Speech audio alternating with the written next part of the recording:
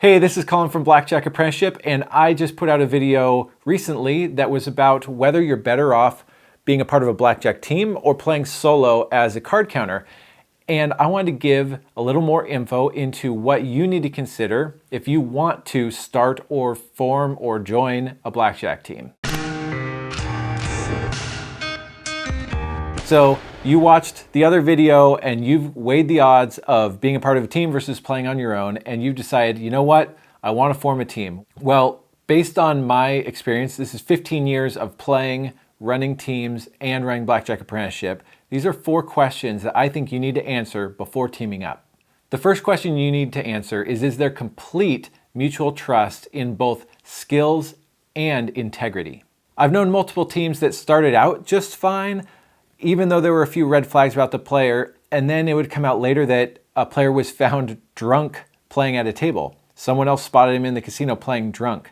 Tommy Highland even says this is one of the biggest issues he dealt with his earlier teams. Word spread like wildfire, and basically people would come up to me and say, "Hey, I got a cousin, he's really good at math, can he play?" And I said, "Oh, I'll meet him," I would kind of take him on the team eventually, and that led, as you can imagine, that led to a lot of problems. When you're winning, it's just fine, but once you're losing or once something goes awry, man, the crap hits the fan. And the reality is this is absolutely huge. You can't just take 2 people that both want to be card counters, throw them together and have it be a success.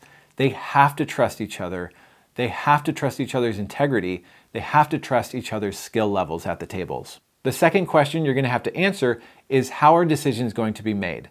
So who's going to tally the results? Who's going to determine bet spreads, risk tolerance, tipping policies? How are you going to deal with heat? All those things. Here's an example. There's a member of our site. He comes to a lot of our boot camps, and his name's the Phoenix. And he's won about 400 grand over the last couple of years.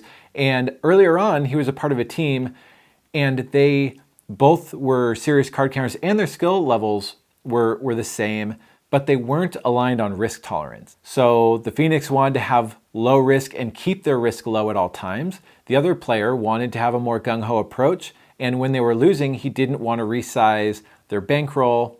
Bottom line is, they just could not agree on this stuff, and they had to part ways. And as the story goes, the Phoenix kept risk low on his own, and he continued to have success as a card counter. The other player continued to keep risk higher, and last I heard, he had lost his entire bankroll just from overbetting. If they hadn't been able to agree, they could have both lost their bankrolls. For the church team, which is the larger team that I co-managed, all those decisions were made by Ben, my co-manager, and myself. We actually took a cut of the profits to make all these decisions because we'd already been successful card counters for a number of years. However, that also meant that we were the ones up in the middle of the night having to deal with issues if there was a problem, and we got paid when the team had success, but we also were the ones held responsible if there was any sort of issue. Like the time we had $110,000 seized at the US border, we were the ones responsible to get that money back. The third question you're going to have to answer is, what's going to be the payout structure? So I've been a part of teams where it was as simple as going out and playing for a day or 2 or 3 and then coming back and splitting up any profits or any losses. I've also been a part of teams with very elaborate payout structures with management, investors, players. The bottom line is, the definition of fair is what 2 people can agree to. If both people can't agree and both parties aren't motivated, you're going to have a problem. Now, at this point in my life and career, I prefer much simpler structures than more complicated ones. But if you don't have players and investors, and if you need management motivated, if you don't have all parties motivated, you're going to have a serious problem. If you can keep it simpler, please do. The fourth question you need to ask is, what is going to be our test out procedure?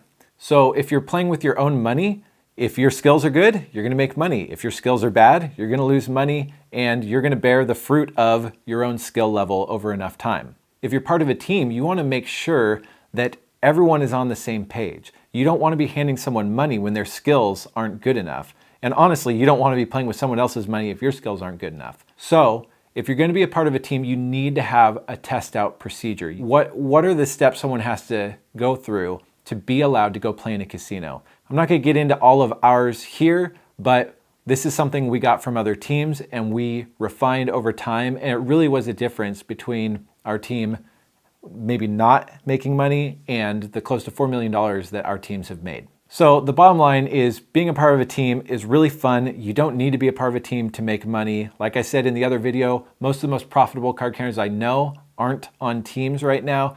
But if you're gonna do a team, enjoy it, but also make sure that you've thought through these things before putting your money and your time at risk.